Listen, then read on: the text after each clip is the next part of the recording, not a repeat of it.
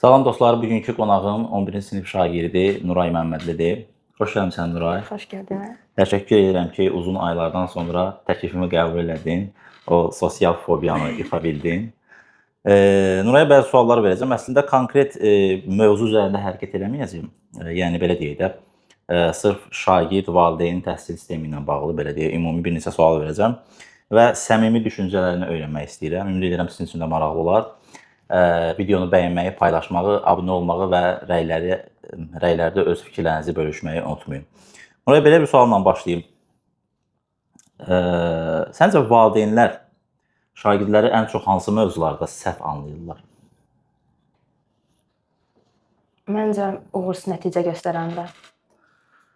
Yəni Gözləntilərini qarşılamayanda elə düşünürlər ki, uşaq məsəl üçün çox məsuliyyətsizdir. Dərslərdə daha məsuliyyətlə yanaşmır. Ümumiyyətlə, sadəcə nəticəyə fokuslanırlar deyə uğursuz olan kimi uşağın üstünə çox düşürlər. Amma problemin nədə olduğunu eləmirlər. Səbəbin kökünü tapmağa çalışmalı. Bəs yaxşı, tutaq ki, bu deyirsən, niyə düşünürlər ki, şagirdlər məsuliyyətsiz eləyirlər falan, məsuliyyətsizlik eləyirlər və ya dərslərə daha yaxşı hazırlaşmırlar, hazırlaşmadıqları üçün zəif bal toplayırlar. Bunun həqiqət payı varmı bəs? Var. Doğrudur mu? O da var da. Yəni 50-50-yə də çox belə necə deyim, oxuyub istədiyi nəticəni göstərməyən də var, amma sırf məsuliyyətsiz uşaq da var. Yəni iki yerə ayrılır. Amma uğurlu olsan, olmasan da nəticəyə görə uğursuzda valideyn ona fokuslanır, nəticəyə fokuslanır. Sən hansılardansan? Yəni səncə sən dərslərinə belə deyək, maksimum gücünlə, məsuliyyətinlə, potensialın olduğu qədər nədirsə o ilə çalışırsan, yoxsa daha az, nisbətən az? Biraz az. Biraz az. Və səbəbi nədir səncə bunun? Əslində əlimdən gələni yenə də eləyirəm, amma istədiyim nəticə olmur. Böyük ehtimal hardasa bir problem var. O hardasa problemin nə olduğunu tapmağa çalışmırsan, yoxsa? Çox yox. Amma mən həmişə dərslərdə dəstək olmağa çalışıram, sənə vurğulamağa çalışıram ki, kökü tapmaq çox vacibdir də. Çünki səbəbini bilmədən nəticəni müalicə eləyəndə ciddi bir inkişaf eləmiş olmur və yaxud da ki, problemi aradan köklü qaldırmaq olmur. Yaxşı, Nura, belə bir sual verim. Bir müəllimdə müxtəlif hazırlıqlara gedirsən, müəllimlərin olub ümumiyyətlə 11 il ərzində. Bir müəllimdə səni ən çox nə motivasiya eləyir? Yəni o həmin müəllimin dərsinə qarşı daha yaxşı oxumaq üçün səbəb nə olur? Yəni müəllim faktoru sənin üçün nə dərəcədə önəmlidir və yaxud da ki, hansı müəllim tipi və ya hansı xüsusiyyətlərə malik olan müəllim sənin üçün daha yaxşı müəllim hesab olunur? Məncə müəllimin enerjisi mənə daha çox motivasiya edir. Çünki istərsəniz dərsə olan marağı da artırır. Ümumiyyətlə şagirdlə olan yanaşması da böyük təsir edir, yəni dərsi marağı artırmaq üçün. Bir nömrəli, yəni enerjik müəllimin olması. Məncə enerjikən. Çox. Kənardan əslində elə də enerjik görünməyə bilirəm bəzən. Bəli. Amma içəri girəndə o enerjini almaq olur, ondan sonra daha Yəni sənin üçün bir nömrəli enerjidir. Bəli. 2 nömrəli bəs? Yanaşma tərzi. Dərsə qarşı, şagirdə yaxşı. Şagirdə də, dərsə qarşı. Yəni daha necə yadda yaxşı qalınar mövzular. Belə bir sual verim Nuray. Deməli 2 ildə mənim yanıma gəlirsən də riyaziyyatdan hazırlaşırsan. Bu 2 il ərzində dərslərdə məni belə deyək də kobud səslənəcə yola vermək üçün sırf mənə deyim də öz fənnimi nəzərdə tutum. Hər hansı bir ümumiyyətlə istifadə eləmirsənmi bu bir? Eləmirsənsə, əgər eləmirsənsə, ən populyar yalan hansı olub? Daha əvvəl olub, dəftərim evdə qaldı söhbət olub. Amma indi məsəl üçün tapşırıq verirsinizsə evə, sən yazıram, uzun misal görürəm, məsələ falan. Uzun görürəm, deyirəm ki, baxmıram heç suala. Deyirəm ki, Orxan mənim başı salar. Gəlirəm hazırlıqda soruşur ki, Nuray, bu suala baxmışdın evdə, yaza bilmədin, yoxsa heç ümumiyyətlə baxmadın? Deyirəm ki, mən baxmışdım, prosta məsələ eləyəm mən. Əslində baxmadım. Bəli. Təəssüf ki, Nuray. Bundan sonra deyəlim. Yox, onsuz da onlar aşağı-yuxarı mən bilirəm. Yəni bir müəllimi aldatmaq mümkünsüz deyil, amma əgər peşəkar yanaşırsa, bilirsə işini, elə də asan məsələ də deyil bir müəllimi aldatmaq. Bütün hallarda indi aldatmaq var. İndi bir misalın belə deyək də yazmamaqla. Çünki sən o misalı görmüsən uzunluğundan falan, qorxmusan da misalın heybətindən mi deyim, çətin. Halbuki elə bir çətin məsələ olmur çox vaxtda soruşduğum məsələlər. Sadəcə görünüşdən, gözümüzün gördüyündən qorxur da insan. Görünüşdən qorxub məsələni həll eləməmsən, amma sən onu yaza biləcək potensialda olursan bir çox hallarda. Bunu dəfələrlə mən vurğulamama baxmayaraq, bilmirəm nə dərəcədə tətbiq edirsən. Çünki o imtahanda da elə şeylər qarşımıza çıxır da. Baxırsan, Məsələn, 10 may imtahanında belə bir sual var idi, ehtimalla bağlı. Məsələnin bir 5-6 cümlədir, hardasa bu boyda bir. Məsələyə baxırsan, ancaq söz yığınıdır. Cümlələr yığını. Elə bilirsən ki, Azərbaycan dilindəki mətn sualıdır, o dərəcədə. Axırda da filan şeyin ehtimalını tap deyir. Yəni halbuki elə də çətin yəni ehtimal sualı deyil də, orta səviyyəli, hətta bəlkə ortadan da biraz aşağı. Amma şagirdlərin bir çoxu statistik aparsa, əminəm ki, o sualı sadəcə oxumayıblar. Çünki elə bilirlər ki, Allah bu mətn şəklində olan sualı mən heç vaxtımı sərf eləməyim. Halbuki diqqətlə oxusalar, ortalama səviyyədə bir sualdır. Nuray, bu bəzən kinolarda falan olur, bilmirəm, kinoya baxansan, yoxsa seriala baxansan. Heç birinə baxan deyilsən. Səmimi olaraq da. Bir-iki dənə baxmışam. Kino yoxsa serial? Kino. Filmlərə arada baxaram, amma belə ümumiyyətlə çox baxan deyiləm, xoşuma gəlmir. O gecə saat 3-də bəzən daha doğrusu həm sosial mediada qarşımıza çıxır və yaxud da ki, kinolarda falan olur. O gecə 2-də, 3-də səhərə qədər dərs oxuyur, sonra o dərəcədə oxuyur, yorulur ki, masanın üstündə də şagird başını qoyur, yatır qalır. Yəni kitabların üstündə ətrafı olan kitabı səhər anası gəlir, oyadır. Yəni səndə də gecə saat 3-də test üzərində yatıb qaldığın, yəni kitabların ətrafında yatıb qaldığın olub, yoxsa bu ancaq filmlərdə olur həqiqətən? Belə çox olmayıb, çox az olub. Yəni bu 11 il ərzində bir dəfəmi yoxsa 2 dəfəmi imtahan ərəfələrində falan yatıb qaldığım, səhər saat 5-də oyandığım olub. Amma yəni çox yəni olmayıb. Bəs həmin anlarda özünü necə hiss etmisən? Yəni gecə saatlarına qədər dərs oxumusan, kitabların o dərəcədə yorulmusan ki, kitabların ətrafında yatmısan, başqa kitabı özü səhər oyananda özünü professor. Yəni xüsusi bir təhsil özgüvəni gəlib də. Mən oxuyuram səhərə qədər, kitabların üstündə oyanmışam falan. Demirəm bu davranış ümumiyyətcə tərifləmirəm falan, amma yəni sistemli şəkildə oxumaq ən yaxşısıdır. Məsələn, gecə saat 3-ə qədər oxumaq heç bir halda keyfiyyətli bir oradan elm ala bilməz. Maksimum 12-yə qədər oxumaq lazımdır.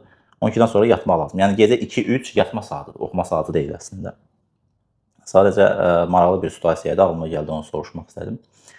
Belə bir sual da verim Nuray. Əgər imtahan suallarını sən hazırlasaydın, dim suallarını sən hazırlasaydın, riyaziyyatdan mütləq hansı sualı və ya hansı mövzunu mütləq o imtahana salardın? Və niyə? Törəmə salardım. Törəmə. Səbəb? İnteqral. Yaxşı bilirəm.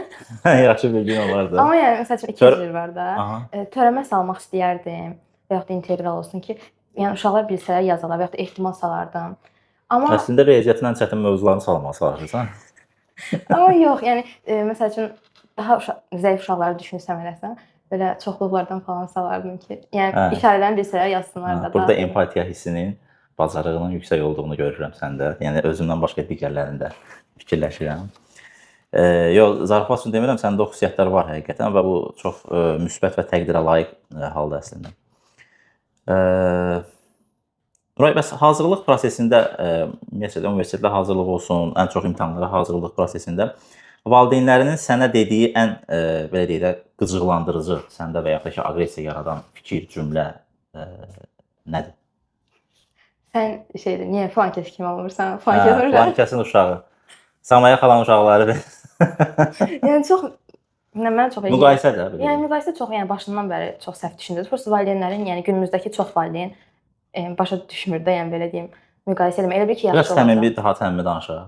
Yəni anan atan başa düşmür də o səndə o qədər.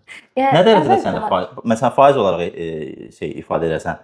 Səncə anan atan səni 100% üzərindən götürsən, neçə faiz anlayırlar səncə? 60. 60 az deyil, Nuray sən. İndi bəlkə də kamera qarşısında anam atam da baxacaq deyə. Əslində o. Əslində olan 60-ın da yarısı. 60-ın 50%. 60-ın 50%. Amma əvvəl məsələn daha çox olurdu. Ya da indi fikir vermirəm deyə bəlkə əvvəl çox fikir eləyirdim, yəni başqaları ilə müqayisə olunub belənəndə. Çünki bilirsiniz necə, müqayisə ümumiyyətlə yanlış bir şeydir, amma yaxşı ilə məsəl üçün müqayisə edirlər. Tutam 100 ballıq şeydir, testdir. Mən yığmışam 70, 30 yığan da var, 90 yığan da var. Sən məni 90 yığanla müqayisə edirlər, 30 yığanla yox. Bəli, bu çox vacib bir yerə toxundu. Mən bir psixoloqun olan podkastım var idi. Orada da o müqayisə məsələsini qeyd etmişdim. Deməli, müqayisə həmin Vüsal Alquliyev, yenə də bir video çəkəcəm o ilə, sağ olsun danışmışıq, dəvətimi qəbul edib. Deməli, müqayisə olunan tərəfin zəif tərəfi ilə müqayisə olunan şəxsin güclü tərəfləri müqayisə edilir. Nuray, məsəl üçün sən tutaq ki, riyaziyyatda, tutaq ki, məsələn, fizikada zəifsən, düzdürmü? Amma Əhməd adlı bir şəxs fizikada güclüdür. Sənin zəifindən onun güclüsünü müqayisə aparırlar. Amma sən riyaziyyatda yaxşısan, o riyaziyyatda güclüdür. Bax, sənin yaxşınla onun zəifini müqayisə aparmırlar. Yəni burada da bir maksimalist, yəni perfeksionist düşüncə tərzi də vardı əslində. Düzdür, çox kompleks bir şeydir. İndi durub burada biz analiz edib işin içindən çıxanmayıb, onun üçün kifayət qədər vaxt da lazımdır. Amma belə bir reallıq da var, təəssüf ki, valideynlər tərəfindən dəfələrlə məni müəllim olaraq vurğulamağıma baxmayaraq bir tərəfdən qınamalı bir şey də yoxdur. Çünki belə böyüdülüb də, yəni cəmiyyət olaraq belə formalaşmışıq. Amma yox, bütün hallarda bilirsiniz necədir? Mənim valideynlərimə bunu deyən olmamışdı. Bütün hallarda məsəl üçün ola bilər də, onlar etiraz edir ki, biz bunu bilmirdik. Amma ən azından mən və ya hazırda ümumiyyətcə müasir son dövrün müəllimləri də kifayət qədər şuurlu, işinə peşəkar yanaşan müəllimlər də var. Yəni ən azından bunları bilirik də artıq. Az-çox indi texnologiya dövrüdür. Düzdür, məlumat bombardımanı da çoxdur. Kirli məlumatlar, yalan, yanlış məlumatlar da çoxdur. Amma ən azından bunları bilirik artıq və ya deyən müəllimlər var. İndi özümü tərifləmək kimi çıxmasın, mənim valideynlərimə, mənim şagirdlərimin dediyi, müəllimlərim mənim valideynlərimə, mənim valideynlərimə dediklərimi demirdilər. Yəni bilmirdilər falan, nəsə olmur da yəni. Sən tutaq ki, bir tərəfdə mən anam atama başa düşmək olar, onlar onu deyən olmamış. Amma mən ən azından sən valideynlərimə demişəm, öz şagirdlərimə, valideynlərimə demişəm. Və yaxud da ki, YouTube kanalı vasitəsilə, videolar vasitəsilə bütün valideynlərə, qulaq asanlara çatdırmağa çalışıram. İndi anlayan anlayır, tətbiq eləyən eləyir. Burada da perfeksionist olmağın da bir mənası şey yoxdur. Yəni biz durub birdən gözləyə bilmərik ki, valideynlərimiz bizi 100% başa düşsün. O da real deyil. İndi sən məsələn 60% düşünürsən, əslində olan 30%-dir. Onu bir 40-50-yə qaldırsa, əslində kifayət qədər uğurlu bir hal olar. Son olaraq Nuray, çox yormayayım səni. Hazırda 11-ci sinifdə oxuyan, yəni həmyaşıdlarında belə deyim, və stressdən boğulan həmyaşıdlarına, dostlarına, şagirdlərinə, ümumiyyətcə bütün abituriyentlərə bir cümləlik məsləhət verməli olsaydı, o nə olardı? Yoxsa düşünürsən ki, keçəl dərman bilsə öz başına sürtər? Elə bir məsləhətin yoxdur? Əslində var, məsəl üçün mükəmməl olmağa çalışmasınlar. Yəni eləyə bildikləri qədər, əllərinə gələn qədər eləsinlər. Çünki məncə mükəmməl olsa insan da yoxdur. Hətta düşünürəm ki, yaşadığımız həyat belə yəni mükəmməl deyil. Yəni biz mükəmməl ola bilmərik. Prosta valideynlərin gözləntilərini qarşılamaq üçün falan çalışırıq. Amma yəni o stres çox yaxşı bir cümlə dedin. Valideynlərin gözləntilərini qarşılamaq üçün çalışırıq. Bu əslində faciəvi bir haldır. Yəni belə sərt ifadə etsək. Yəni bir insan valideynlərinin gözləntiləri, sırf yəni onların gözləntilərinin qarşılanması üçün çalışırsa, yəni demək ki, o insan əslində həyatda yaşamır. Valideynləri üçün yaşayır. Bunun şuurunda olmaq səndə nə dərəcədə var? Yoxsa oraya girməyək heç o mövzulara. Tamam. Bəli, o çox vacibdir. Həqiqətən perfeksionist olmamaq lazım. Amma burada belə bir şey də, yəni bu o demək deyil ki, perfeksionist olmağa çalışmayaq, təbii ki, mükəmməliyyətsizlikdən uzaq olaq. Amma bu demək deyil də, potensialımız tutaq ki, bizim 80 ballısa, niyə gedib biz, mən mükəmməl olmağa çalışmıram, mənə 40-50 balda bəsdir. Potensialın nədirsə, onu maksimum yığmağa təbii ki, cəhd eləməliyik, çalışmalıyıq. Belə Nuray, təşəkkür edirəm. Maraqlı podkast oldu, qısa bir podkast. Son olaraq demək istədiyin, əlavə eləmək istədiyin, valideynlərinə, dostlarına. Heç kimlə müqayisə eləməyin. Heç kimlə müqayisə eləməyin. Bəli. Bugünün, bu videonun qızıl sözü, açar sözü müqayisə qəti şəkildə olmaz. Belə dəyərli dostlar, bura qədər izləmisinizsə səbriniz üçün təşəkkür edirik. Əgər həqiqətən video xoşunuza gəldisə, bəyənin, paylaşın və abunə olun. Növbəti videolarda görüşənədək uğurlu seçin.